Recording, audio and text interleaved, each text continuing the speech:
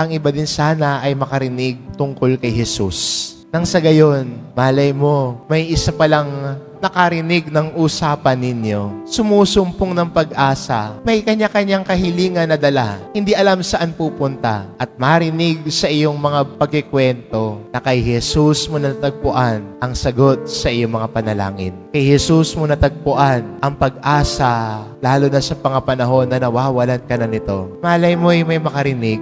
Malay mo'y may makabalita din. At malay mo, yung kwentong yon, yun din ang magdala sa kanya patungo kay Jesus. Kaya, sana wag manatili sa loob ng simbahan ang pakikipag-usap natin tungkol kay Jesus. Sana wag manatili lamang po sa loob ng simbahan ang pagbabahagi kung sino si Jesus. Malay mo, meron dyan sa labas ng simbahan, sa mga katrabaho mo na kailangan palang marinig na pwede siyang lumapit kay Jesus, ang bukal ng pag-asa natin.